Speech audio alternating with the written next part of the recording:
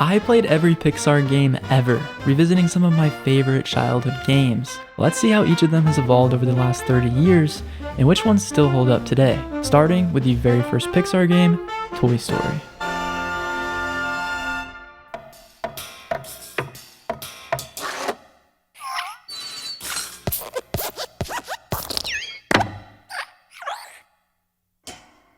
Toy Story was released in 1995 for the Sega Genesis, and whenever I first started the game, it seemed like it was going to be pretty easy. I mean, it is a kid's game after all. However, pretty soon I realized that this is one of the hardest games I've ever played. You play as Woody, and the actual gameplay itself is fairly easy. Each level is pretty simple. On the first couple of levels, you go around freeing the other toys while avoiding ones that damage you. I got through these ones pretty easily, but then on level 3, it got slightly harder. You have to race against Buzz while dodging the toys and trying not to fall. It's challenging, but it's manageable. But here's the thing that makes this game a living nightmare. Once you run out of lives on a level, it's game over. Back to the beginning, no save states, no checkpoints, nothing. You can be super far into the game, about to beat it, only to die and have to restart completely. It's the worst feeling in the world, just losing all your progress just like that. Luckily for me, I played this using an emulator, which saved me from completely losing my mind, because I was able to create save states, which is kind of cheating, I know, but this way I could actually get past like level 5. Eventually I made it all the way to level 12, which is the crane machine. I played it for way too long before finally just giving up and moving on to the next game. It is insane though, like imagine getting this game as a kid and trying to beat it. I can't believe they actually thought it would be easy enough for children. But even though it drove me crazy, I still enjoyed the game. It's super difficult, but the levels are fun and I actually like challenges like this. So while I wish there were checkpoints or some sort of save feature, it's still a pretty fun game. So for that reason, it gets 65 globs. Yeah, that's how I rate games. But how does the first Pixar game compare to the rest? Let's see how it stacks up as the series evolves. I'm super excited to dive into the progression of these games, especially since they span over 20 years, and there are still so many left to explore. But first, if you're wondering how I played these older games, I had to do some digging online to find some of them, which can sometimes be sketchy if you're not careful, especially if you're on unfamiliar sites. If you're like me and you want to relive your childhood by playing these Pixar games, having a VPN really helps, because without one, your online activity and personal data could be exposed, not just to hackers, but to websites, advertisers, or even your own internet provider who might track everything you do online. That's why I use today's video partner, NordVPN, while finding all of these games. It encrypts your internet connection, keeping your online activity private and your data secure. And even if you're not hunting down obscure games, a VPN is great for making sure your browsing stays private, no matter what you're doing online. Because having your data tracked without your permission is like really annoying. But luckily, NordVPN is offering an exclusive deal through my link, nordvpn.com/globert. You'll get 4 extra months when you sign up for a 2-year plan, and it's all backed by a 30-day money-back guarantee. So if you care about your online privacy at all, you should check out NordVPN today at nordvpn.com/globert. The next game, A Bug's Life. This game is a massive technological upgrade from Toy Story due to it being released 3 whole years later, and the fact that it was released for the PlayStation. A major advancement from the Super Nintendo. This one is a 3D platformer where you play as Filk, going around defeating enemies, collecting items, and facing a few boss fights. The gameplay itself isn't bad, but it does start to feel a little bit repetitive. The different abilities you get with the seeds are nice and they add a bit of variety, but overall the game really doesn't do anything to stand out. It's a lot of back and forth, and fighting enemies doesn't really feel that satisfying. On top of that, my game wouldn't save for some reason, so I had to replay the same levels a few times, which is why I didn't really get super far in the game. I was just kind of sick of it by then. The environments are colorful and it's cool being tiny in like this giant world, but it can feel a bit empty, and the cutscenes, while they keep things moving, are just ripped straight from the movie. It's not a huge deal, but it does kind of take away from the experience a little bit. In the end, it's honestly just a fine game. I'm giving it 41 globs. Toy Story 2 Buzz Lightyear to the rescue. This game definitely has a lot of good things going for it. The platforming sections are actually really good and decently challenging. Some of the areas took me way longer than I expected. The boss fights are fun, and visually, the maps look great. You get to explore some iconic locations from the movie, and it really does feel like you're playing as a toy in this big world. There's also a good mix of puzzles to solve along with the platforming, which I really like. I do wish there were a few more enemies to fight, which I think would make it a little more fun. Overall, it's a solid game and definitely a major improvement over the first Toy Story, and it gets a solid 71 globs. Toy Story 2 for the Game Boy Color. This one is completely different from the Toy Story 2 game on the PlayStation, Right off the bat, obviously you can tell that, yeah, this is a totally different game. It's a 2D platformer, kind of similar to the first Toy Story game. Immediately I noticed that Buzz does this like smug walk thing, which is pretty funny. And I also noticed that the music is really good. These kind of games always had such good music. The game is certainly a lot easier than the first Toy Story game, but it does work in the same way in that when you run out of lives, it sends you all the way back to level 1, which can be frustrating, but it is a lot easier. But yeah, it's a pretty basic 2D platformer where you collect things to progress while avoiding enemies. Honestly, it's nothing groundbreaking. It's just alright. I'm not a big fan of it. It is pretty unfair to compare a Game Boy game to any of the console games, but for me, this one gets 28 globs. There are way better Pixar games I'd rather play. Like the next one, Buzz Lightyear of Star Command. This one is obviously another Toy Story game, but instead of following the main Toy Story movies, this one's actually based on a spin-off TV show with the same name. I didn't even know this existed, but it looks pretty cool. Let's see how good the game is.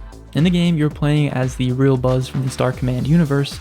It's what Andy's toy is based on, and since he's not a toy here, the game has way more freedom to make Buzz like a full-on space hero without any of the limits of him being a toy.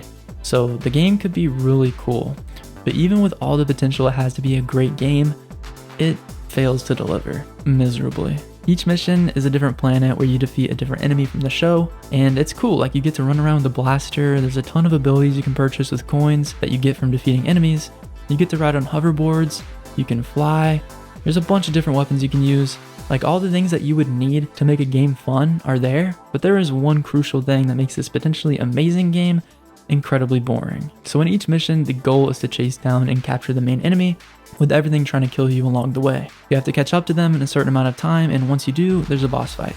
After you beat it and capture them, you've beat the mission. Now this is great. The first playthrough was super fun, and it was a challenge, but it wasn't too hard. And with all the abilities, it was really enjoyable, except for the fact that every single level is the exact same. The level structure never changes. It's the same every time, and it gets old really fast. Now, each level has a new map that's completely different with new enemy types, but still, I just hate the fact that it's basically the same thing over and over again, which really makes the game take a severe hit in globs, with a final rating of 50 globs. The potential was there with this game. It really could have been so good. But luckily though, I know that there are a bunch of really good games coming up. However, first, real quick, I'm going to mention a few games that are clearly aimed at like kids under 5. I feel like I gotta include them since they are Pixar games, but they're just not that interesting. So first off, there's Toy Story Animated Storybook and Toy Story Activity Center. Activity Center is a little more fun because it's a collection of minigames, while Animated Storybook is really just an interactive story. Then there's Toy Story 2 Activity Center, which is pretty much the same thing as the first one. There's also Monsters Inc. Stream Team Training, which is another point and click for kids. Same thing with Mike's Monstrous Adventure, Nemo's Underwater World of Fun, and Learning with Nemo. All these games are more so just educational games for kids than anything else, so I figured I'd spare you guys the boredom of watching them and get them out of the way now so I can focus on console releases and some other more interesting PC games along the way. Luckily though, we have a lot of my favorite Pixar movies coming up, with the next one being Monsters Inc. Scream Team. Coming from playing one of the most repetitive games, I went in hoping for something with a little more variety, but this game really missed the mark. Right off the bat, you're hit with a tutorial that drags on for way too long. Seriously, I spent what felt like half my time just playing the tutorial alone. Once I finally got into the game, I picked Mike because obviously it's Mike, and started to play the actual game, which I very quickly realized is one of the most boring gameplay loops ever. You go around collecting scare ooze, which is essentially just a power up to charge your scare meter. Once it's charged to the amount you need for a specific colored robot, you go up to that robot to scare them and collect scream energy, which is just a repetitive button mashing task that lasts about 20 seconds every time. And how many times you have to button spam depends on the color of the robot. So if you're scaring a red one, then it takes way longer than scaring a green one. It's horrible. I will say though, the screams are pretty funny. They're probably the only thing that made this game half enjoyable, but yeah, this is it. This is the game. Collect ooze, find a robot, scare it, and repeat. The levels are super generic looking. There's nothing creative or unique about them. You never even get to visit any of the iconic locations from the movie, which is crazy. There's no depth, no real progression, it's literally just collecting stuff and button mashing, about as boring as you can get. But luckily, it's not the only Monsters Inc. video game because there is so much potential that this movie has to be a great game, so hopefully some of the other games actually deliver. So the rating of this game, while it gets a small bump in score because of the funny scaring sounds, I'm only giving it 25 globs. Toy Story Racer. This game is basically Mario Kart but in the Toy Story world, and it's definitely meant to be a multiplayer game. So I had my two little cousins play with me and they're going to share their thoughts on the game in a bit. This one is definitely my favorite so far. Even though it's a Mario Kart ripoff, it's done really well. You get to ride around in little toy cars, and there are two game modes, at least that we played. We played just a regular race mode and a knockout mode where you pick up items and throw them at other players to knock them out of the game. We played that one the most, and it's pretty fun. Overall, the maps are great, they look really good, and it's really cool driving through all these iconic places from the movie, but in a little toy car. This game is really fun, and for me, it gets 7 to 8 globs. But here's what my little cousins had to say. Overall, the game seemed pretty good. There's a few things I wish would change. It's just super annoying on the power-ups, like, it's just super weird. But overall, I think I'd give this game about 72 globs. The driving wasn't very accurate. It was hard to get power-ups because the steering sensitivity was really high, I guess. The power-ups were kind of hard to use, and then the racing was just difficult. So overall, I'd rate it 35 globs. So with our combined globs, the average rating comes out to a total of 62 globs overall. Oh, and I played a couple other games with them as well, so they'll be back. But first, we gotta play Monsters Inc. Like the actual Monsters Inc., not whatever Scream Team was. When I first booted up the game, the thing I immediately noticed were how terrifying the cutscenes were. The characters look completely lifeless while they're talking. It's really creepy. But once I got into the actual game, I could tell it was at least gonna be a lot better than the first Monsters Inc. game I played.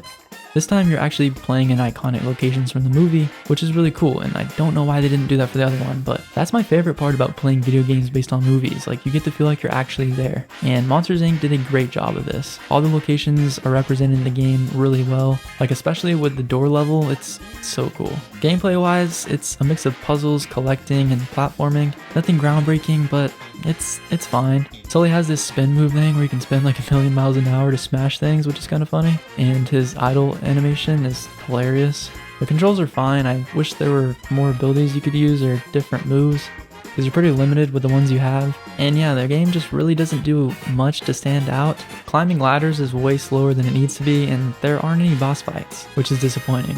I mean, unless you count the final level, but all you really do is flip switches. It's really underwhelming. The whole game is also really short, and overall it's just an average game. Nothing amazing, but nothing terrible either. It plays it safe and sticks to the basics, but it was still pretty enjoyable. I'm giving this one 70 globs. Monsters Inc. was also released for the Game Boy Advance, which is completely different from the console version. This one is a side-scroller where you have to find pieces to Boo's door in a giant hallway full of 1,000,000 doors. And it's super hard to find them. Seriously, I spent like forever looking, and it's not like it was fun either. It just felt like a chore. Finding things in real life is not fun. So I don't know why they thought it would be fun in a video game. It's not like it's a scavenger hunt or anything, like they give you no direction where they are. You just have to go around looking through every single door till you find it. There's a few enemies you can stun with a scream can, but there's really no point to it since you can easily avoid most of them. Once you find all the pieces in the level, you just put them on the door and move on to the next one. Yeah, this game was so bad, it gets 11 globs. There's also a third completely different version of Monsters Inc., this time for the Game Boy Color. And surprisingly, it's actually better than the Game Boy Advance version. It's a pretty standard platformer where you collect items and make it to the end of the level, but it definitely has more soul than wandering aimlessly in a hallway looking for a piece of a door. This one has you actually scaring. You go through doors to kids' bedrooms, avoiding toxic toys that damage you, while making your way to the end of the room to scare the kid. It's not a whole lot of fun, it's still like extremely repetitive, but there's a lot more going on than in the Game Boy Advance game. So for me, it's a 19 glob game. The next one is yet another Monsters Inc. game, Monsters Inc. Scream Arena. This one is definitely meant to be a multiplayer game, but my cousins weren't here for it, so I had to play it alone, sadly. The first level is dodgeball, and it was pretty fun, but nothing special. I did love that you can do this. And I figured out that if you hold the ball like this, you can pretty much never get hit. It's super overpowered. There's also like Call of Duty final kill cams, which is pretty funny. And it's also pretty cool that you get to play as side characters too. Like you can play as characters who are in the movie for like 1 minute. But after this level, I got to level 2, which was dodgeball again. I was holding out hope that there would be other game modes if I kept progressing through the game, so I finally beat the level, which by the way took a while to get through because there are 5 sub-levels in each one. I started at level 3 and yeah, it's still dodgeball. I finally looked it up and that's the whole game. I quit and moved on to the next game because this one just didn't have enough to keep me going. It would have been more fun with real players, but even then, I think it'd get old pretty fast. You can only take so much dodgeball. I think it's really funny to me that the game's called Scream Arena even though there's just no scaring in the game at all. You'd think they'd at least put dodgeball in the title because that's all the game is. I'm giving this one 45 globs. This game honestly should just not have even existed. It could have just been a minigame in another Monsters Inc. game, which by the way there are way too many of. Like they milked the crap out of this movie because there's also Monsters Inc. Pinball Panic, which is just pinball. Like this game just did not need to exist. Plus there's also 3 other Monsters Inc. computer games, Monster Tag, Bowling for Screams, and 8-Ball Chaos. I seriously don't understand the need for this many Monsters Inc. games. It's insane. Anyway, Monsters Tag is definitely the hardest. You have to collect these items on the screen without falling off the seesaw, but you can only collect the items with the corresponding color to the guy that you're controlling. They keep adding different guys later on and it gets super difficult because you have to be super precise. The other games are really basic. I mean, it's just 8-ball and bowling, but with some different mechanics and some power-ups. There's also a secret game that just comes with Monster Mania, where you climb up buildings, scaring kids in the windows while avoiding babies and dogs on the ledges. I'm just gonna tie all these games together and give them 20 globs total. It really blows my mind how many Monsters Inc. games there are, but finally we can move on from them and play the next Pixar game released, Finding Nemo, which, if you ask me, is the best Pixar movie of all time. And I remember playing this game as a kid as well. And the game really nails the feel of the movie perfectly. The atmosphere in the game is amazing, the music is great, and the sounds are spot on too. But man, there are so many cutscenes, I realized. It feels like every 10 seconds there's another cutscene. But I will say the game does a pretty solid job of following the movie's story, and it does a good job of translating the movie scenes into video game levels. The levels themselves though, can sometimes be way too hard. There's this one puzzle that's actually insane how difficult it is. I spent 20 minutes on it, then restarted the entire level so I could reset the puzzle. And that level already took me 30 minutes to beat the first time because it's also insanely hard. Once I did finally beat it again, I tried completing the puzzle again and still got nowhere. Eventually I had to look up a YouTube tutorial on it, so I played the level a 3rd time and follow the exact steps to beat it. So this one level literally took me over an hour. It was a nightmare. There's actually no way a kid could figure out how to beat this on their own. Eventually I made it to another puzzle that was really similar and just called it quits. I didn't want to go through that again. Overall, it's a fun game, but it can be super frustrating and makes the game not very fun. It'd be so much better without the puzzles, but it's still a really solid game. So I'm gonna give it 74 globs. There's also a Game Boy Advance version of Finding Nemo, which is a huge downgrade from the console port. And not just graphically, the gameplay is also horrible. You swim to the end of each level while avoiding different hazards. You have to find pearls throughout the map and stick them in clams to open up the path to the end. You occasionally have to dash through some rocks, and that's about it. It's like playing that one level from the console version that's super frustrating, but for every single level. One weird thing is the game tells you to collect these gold rings, which is useless during the level since they don't seem to do anything, but I figured out that once you finish a level, there's a memory game for some reason, and the number of gold rings you collected during the level determines how many chances you get at this memory game. And if you do it successfully, you get nothing. Well, you get the art behind it, I guess. But yeah, there's a lot of things I'd rather be doing with my life than playing this game. It gets 22 globs. So there's a console version of Finding Nemo, a Game Boy Advance version, but there's also a PC version that's completely different than the other versions, which seems super unnecessary. I'm not really sure why they had to be so confusing and have so many different versions, but I played this one and maybe it's nostalgic for you guys, I don't know. It's not that good. It's a point and click game. It's just the plot of the movie and you can click where you want to go while listening to the fish talk so you can progress through the story. There's really not much interaction. There's 2 sides of the game, the Marlin and Dory side and the Nemo side. You can go back and forth between both of them, which is pretty cool, I guess. But yeah, it's a pretty boring game with not much to do. It's about what you would expect from a point and click game. It gets 15 globs. Disney's Extreme Skate Adventure. This game is a skate game, which is technically a Disney game, but there are some characters and maps from Toy Story, so I figured because of that I would play it. I wasn't sure how good this game would be, but it was actually a lot better than I expected. The soundtrack is solid and the maps are perfect for a skating game. There's Andy's Room, Pizza Planet, and Zurg's World. To unlock the different maps, you go up to NPCs and they'll give you goals to complete, like, how about showing me your stuff, huh?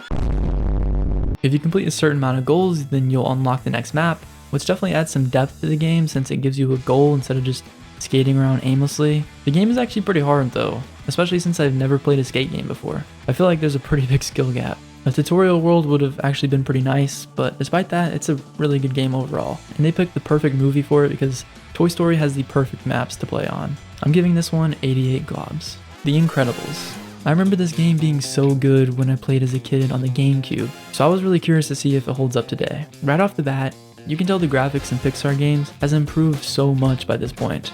It's still not perfect, but it's come a long way since the first few games, and I'm excited to see how the graphics and gameplay evolve even more as we keep working our way through these games. For now though, it looks pretty great. This was like the peak PS2 era of video games. First off, you get to throw people. You can tell this is going to be a good game. One thing I immediately notice is whenever your character says a voice line, the music just stops. There's no time to waste just standing around. Which is pretty funny at first, but it's also kind of annoying and gets old really fast when you hear the same 5 lines on repeat.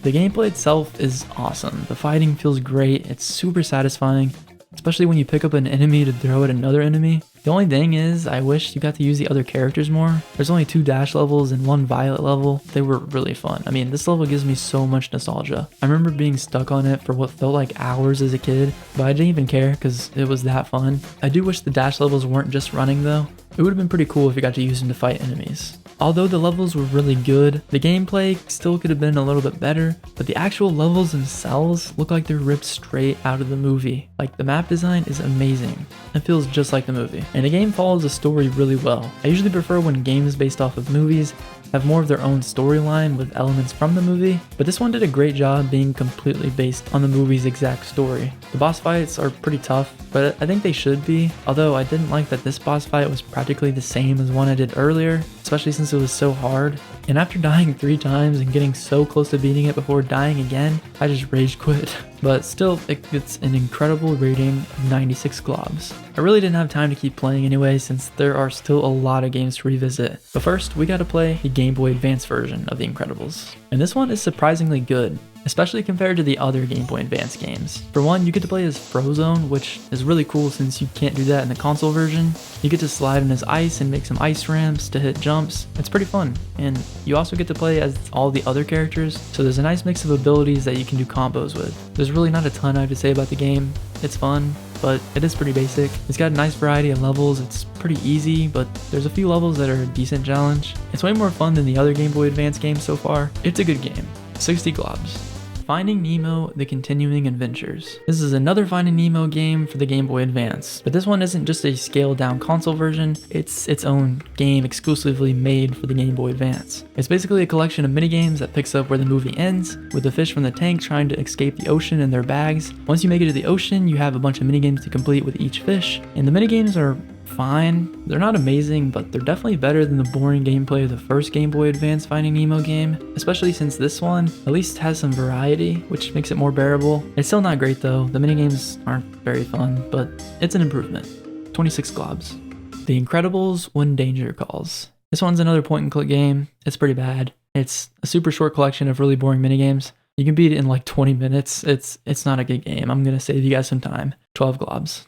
The Incredibles: Rise of the Underminer. For this game, I brought my little cousins back since it's primarily a co-op game. You get to play as Mr. Incredible and Frozone. Yeah, baby! I mean, who doesn't love Frozone? You use these 2 characters and work together to stop the Underminer, which is awesome because this game is basically a direct sequel to the original movie since it picks up right where the movie left off. And I just think it's so cool that they did that because now we actually get to see what happens after the movie. And a lot of games don't do that, so it's pretty cool that this one did. You each have different abilities, obviously, and you can upgrade those abilities and unlock new ones, which is pretty cool and definitely an improvement over the first game. The fighting is really fun and satisfying, and this game is very much meant to be played with someone else because there's a lot of things you have to do together to progress through the game. I really like that since you have to actually rely on each other's abilities to keep going. I feel like the game could have used a little bit more variety though, like some extra enemy types or puzzles, but overall it's a good game, and for me it gets 88 globs. But here's what my cousins had to say. Overall, the game seemed to be pretty solid,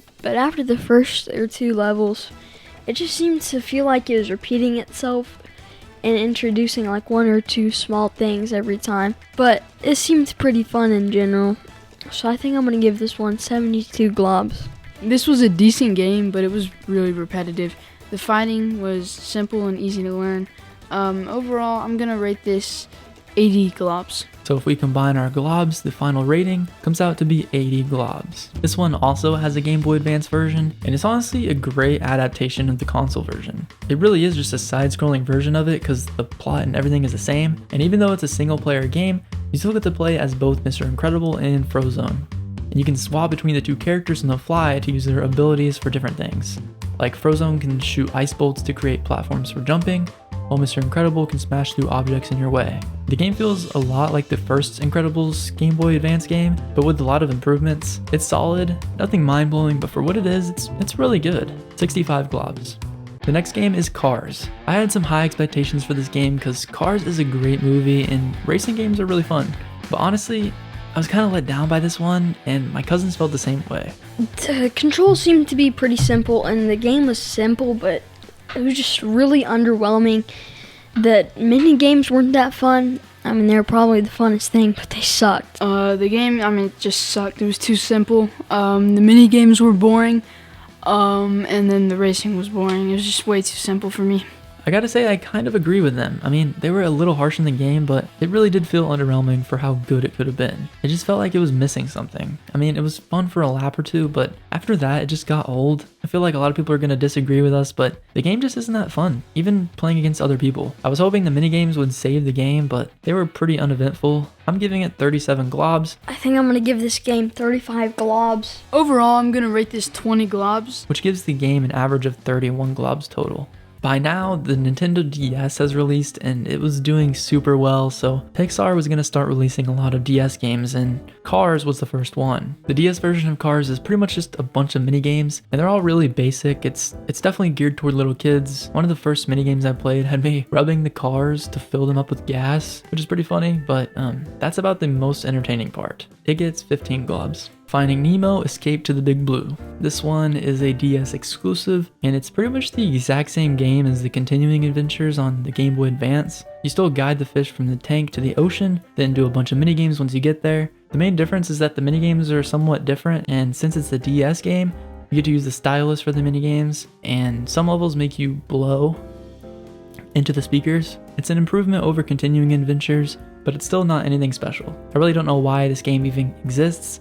Like, it came out 2 years after the continuing adventures, and it's just a slightly better version of the game. It should have at least just been called a remaster rather than it getting a new name, making it seem like it's a completely new game, because it's just not. Apparently the game was also released 6 years later for the 3DS to promote the 3D re-release of the movie, so this game has gotten a lot more chances than it probably deserved. I say it's a 29 glob game. Cars Radiator Springs Adventures. This one is a point and click game, and it's basically a bunch of mini games that are pretty boring.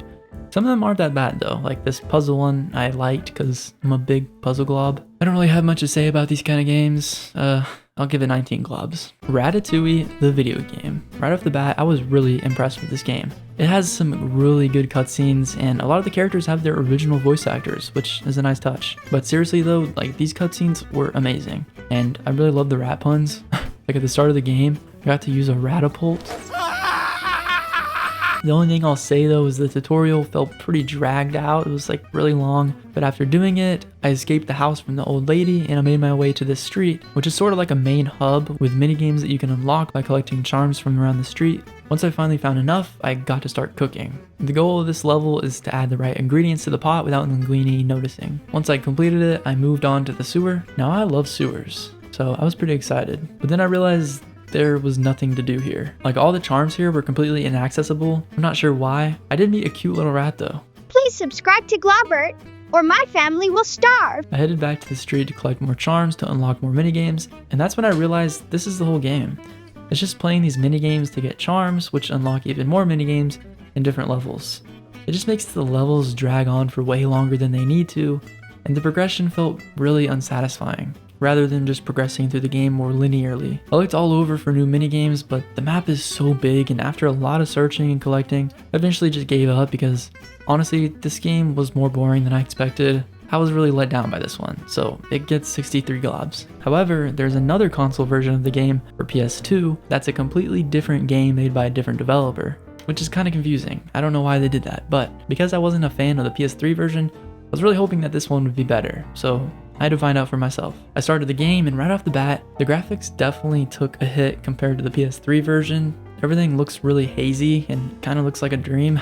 However, the controls feel a lot more fluid. You can move way faster, and overall the movement just feels better. The sprint scurrying mechanic is really funny, and you can absolutely zoom with it. The tutorial is pretty much the same as the first, where you follow Emil around and he teaches you how to do different things, but thankfully it's a lot shorter than the PS3 version, which I definitely prefer. There's a lot of games that this game does that the other doesn't. For one, you get to use a spoon to whack enemies, which is great, and I can't believe that the PS3 version didn't have the river scene, but this one does, and it's pretty fun. The only thing is it doesn't have the old lady chase scene, but the chase scenes in this game are way better. They're just a lot more fun, and they're actually like intense, and it's pretty brutal if you get caught. Which, speaking of, one thing that's kind of hilarious are the death screens.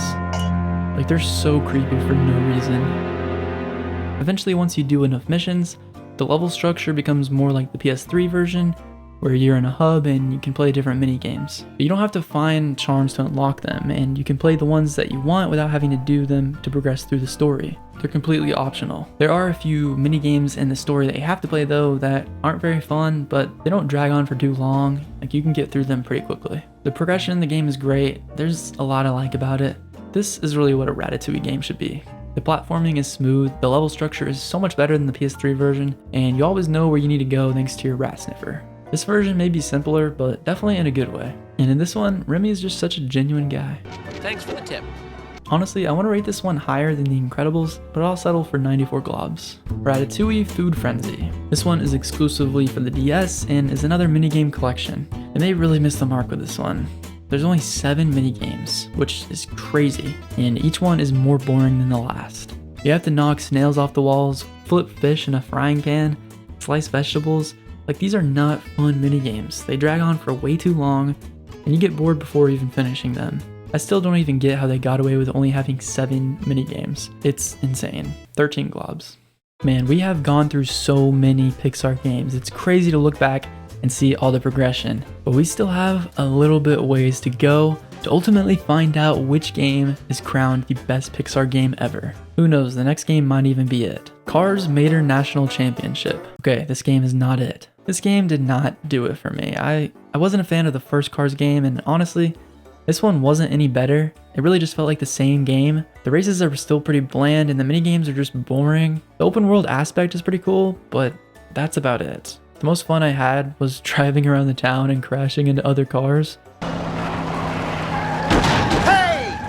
Which says a lot about how entertaining the actual gameplay is. Somehow it feels even worse than the first game, which is pretty disappointing. I'm sorry, but this game just was not it. It gets 34 globs. The next game is WALL-E.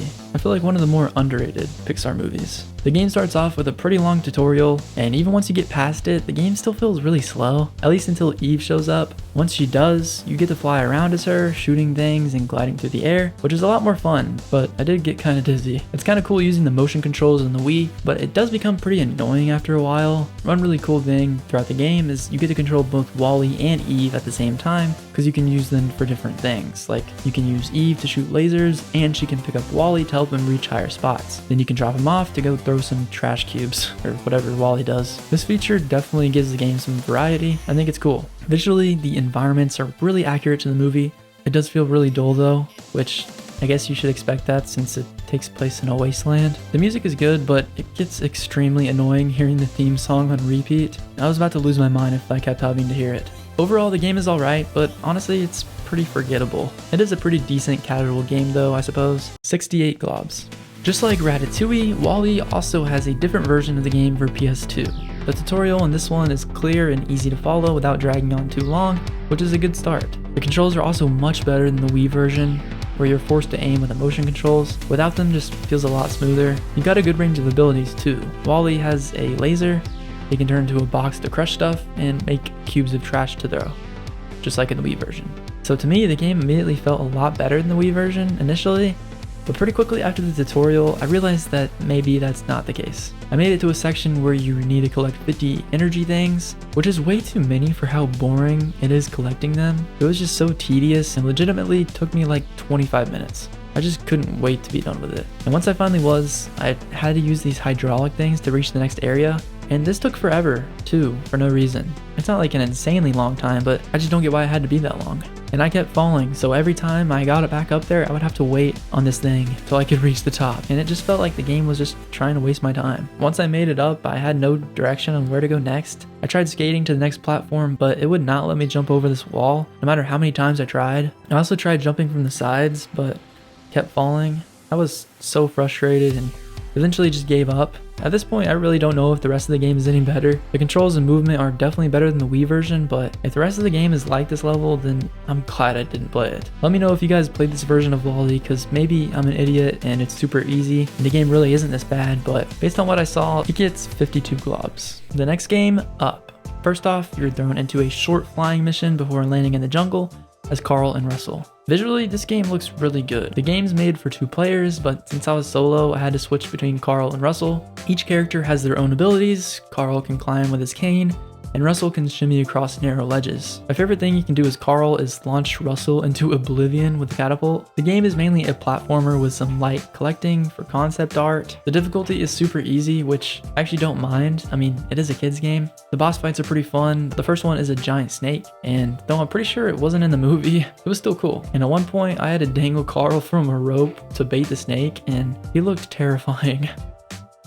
Doug's also in the game, the dog, and he becomes a playable character a little later and lets you do things that Carl and Russell can't, like pulling Carl across water since he can't swim. Overall, the game's fun. It's a bit slow and really easy, but it's still a really good time. It gets 89 globs. Cars Race-O-Rama. This game has some solid improvements over the other Cars games.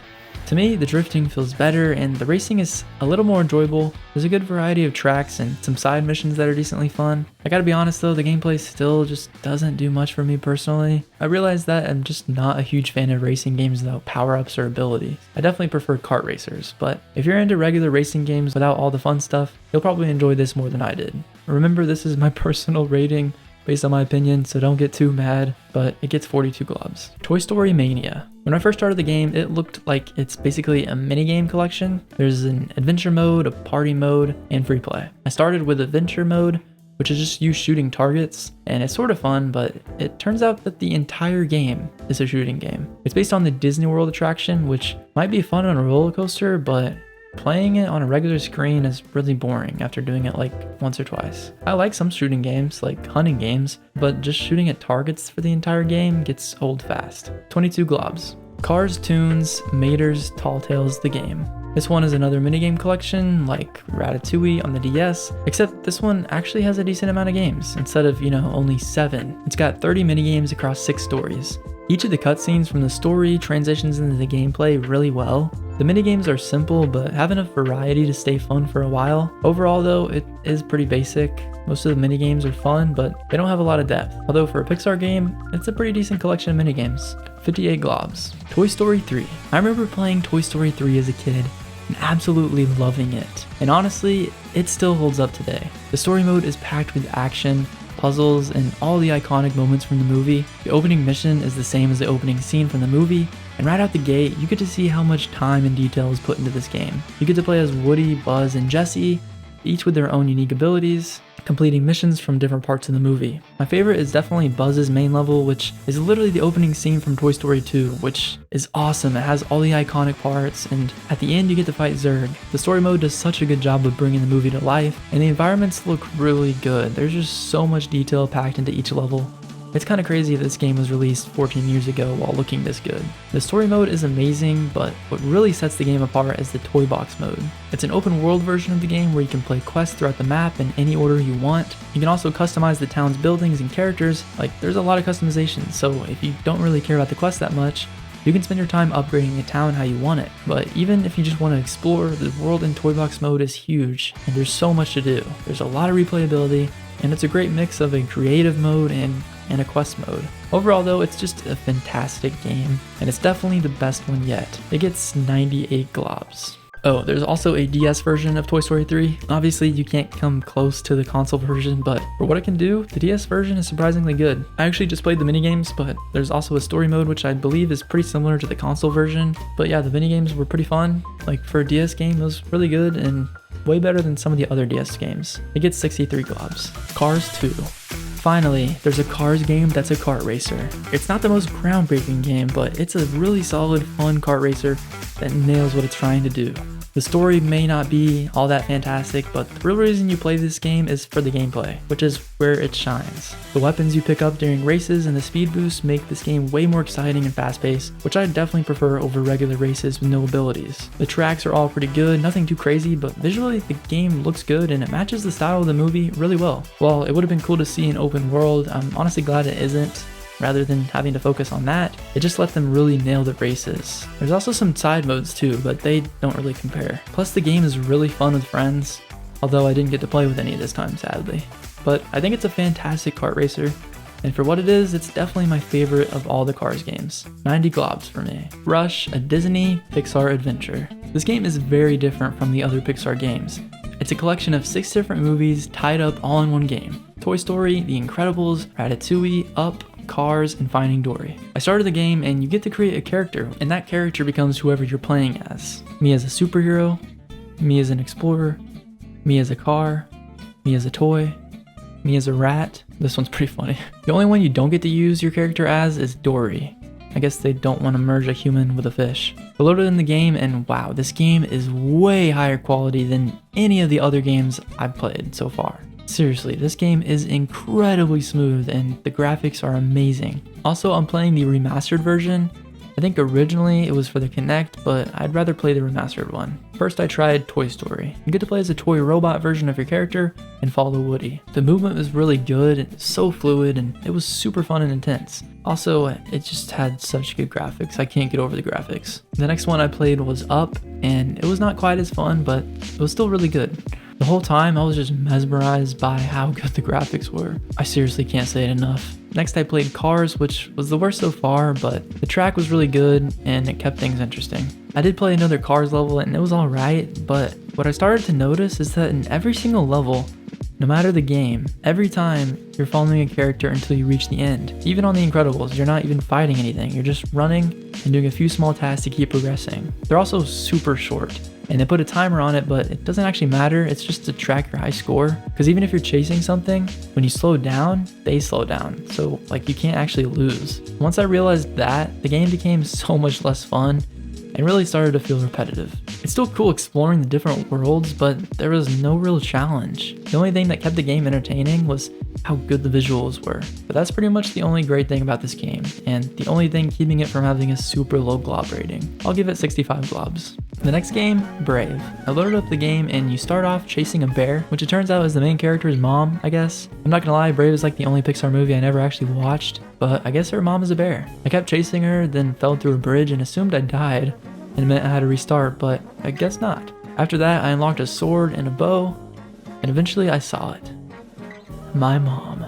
After chasing her for a bit longer, I started the first level, and so far the game was really easy. Enemies die super fast and you have quite a bit of health. The combat is pretty satisfying though, and the movement feels really good. I kept progressing through the game and finally caught up to the bear mom, and I realized you get to actually play as her, which is awesome. You can claw enemies and charge at them. It's great. It's pretty fun to use her. When you're not playing as a bear, you can collect charms that give different effects to your weapons, like fire and earth abilities, which each have its advantages. You can also upgrade and purchase different attacks, and you can buy better swords and bows as you keep playing the game, which makes the progression really good. There's a few puzzles you get to do with these 3 bears. You control all 3 of them and have to make them work together to complete it, and I love puzzles like this. I think they're really fun and really added to the game. I really like this one. There's a good mix of fighting and puzzles, and using the bow is really fun. It's a pretty simple game, but it's really enjoyable. 92 globs. Brave also has a DS version, and it's actually one of the better DS games. It's a watered down version of the console game with simpler levels and more basic controls, but it's still a solid port. You obviously can't compare it to the console version, but it's much closer to that than like Rise of the Underminer was to its console counterpart. The game has a lot more levels, but they're shorter and a lot easier. The gameplay is pretty standard, killing enemies, jumping on platforms, solving some puzzles, but it does a good job of keeping things simple and fun. And overall, I think it's probably the best Pixar DS game. 70 globs. Disney Infinity. I'm sure you all know about this game. It was huge when it released. It's a Toys to Life game, so you have to buy physical characters to put them on the portal, which brings them into the game. The game is mainly a sandbox where you can create anything you want, which is really cool. Like there's an endless amount of things you can do. Since it's Disney, it's not just Pixar characters and maps, but all things Disney, even Star Wars and Marvel. it's pretty awesome. In addition to the sandbox mode, there are these playsets you can play, which are more of an actual level from the story of the movie. As far as Pixar goes, there's a playset for The Incredibles, Monsters University, Cars, Toy Story, Inside Out, and Finding Dory. I didn't play every single one, but my personal favorite is Monsters University, since I'm a really big fan of the movie. I think it's one of the best Pixar movies, and it's really cool getting to explore its world. The Incredibles is another one that is super good and definitely a lot more action-packed as far as the gameplay goes, but overall the Pixar playsets offer a ton of variety, and it makes the game super good since it's basically all the Pixar movies combined into one game, especially since they have practically every Pixar character you can play. Though if you wanted to actually play all of them, it would cost you like $1 million because you had to buy every individual one. That was really the main problem with this kind of game. I mean, they were money-making machines, but it was honestly kind of a scam because of how much money it would take you if you wanted to use a lot of the characters. But with that aside, this game is incredible, and I'm gonna give it 95 globs. Cars 3, Driven to Win. Another Cars game. I'm so happy because I loved the first 3. Okay, not including Cars 2 because that game is actually so good. I went in with really low expectations for this game because it didn't look like it was a kart racer like Cars 2, and it turns out I was right. It's not a kart racer. But they do have a kart racing mode called Battle Race, and I found that one a lot more fun. I will say the controls felt pretty smooth. The drifting was better in this game than others, and there's a turbo boost, which is really nice. Also, you can drive backwards for some reason. But yeah, I think this one was a lot more my style than the first few Cars games, but still not nearly as good as Cars 2. I'll give it 60 globs. Lego Incredibles. Lego games are great. One of my favorite childhood games ever is Lego Star Wars. But whenever I loaded this up, I guess Lego games have voice actors now. I always remember them not having voices, just like grunts and stuff, but I guess it's different now. The game kicks off after the movie ended, just like in Rise of the Underminer. You get to use Mr. Incredible, Elastigirl, and Frozone, each with unique abilities, obviously. And as you keep progressing through the game, you unlock more characters. But yeah, I mean, it's a Lego game. They're all pretty similar, to be honest. It's a funny, casual game with some really fun gameplay. I don't have a lot to say. I mean, it's good. Most Lego games are. It's also the last game. I didn't play it for super long, to be honest. I mean, I'm really tired. And that is every Pixar game ever. Man, this video gave me so much nostalgia. I would say watch another, but you just watched plenty. So go do something else with your life. Oh, and enjoy this outro song. I'm sure it sounds familiar.